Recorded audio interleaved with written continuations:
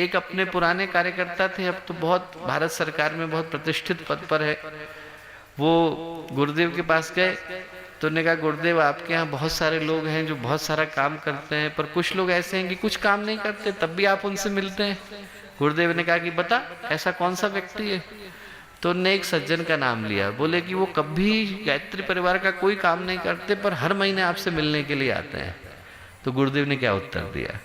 गुरुदेव बोले कि पिछले 3 जन्मों से उसने मेरा बहुत काम किया है, इस बार आराम करने दो। तो जन्म जन्मांतर की यात्रा है, कोई साहित्य से जुड़ा, कोई जन्मों से जुड़ा।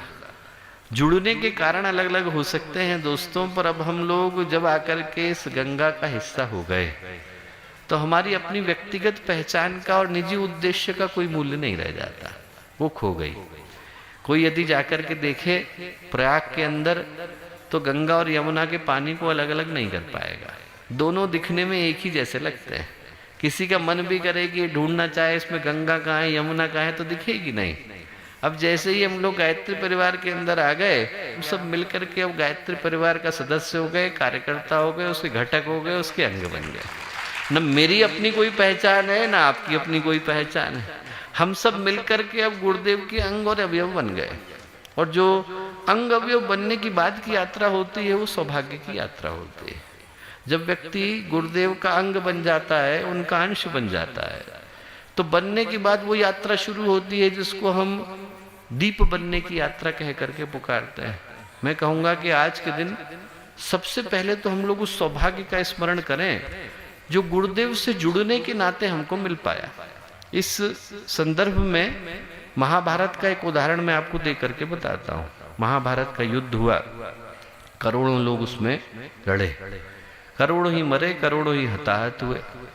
अब यदि किसी के मन में आए कि हम उन सारे लोगों की सूची बनाएं जो दोनों तरफ से लड़े, उन सबका नाम लिखने के लिए बैठे, तो कोई कितना भी चाहे सबका नाम लिख पाना संभव नहीं। हमारे लिए छोड़ दीजिए, महर्षि वेदव्यास के लिए संभव नहीं जिनने महाभारत को लिखा।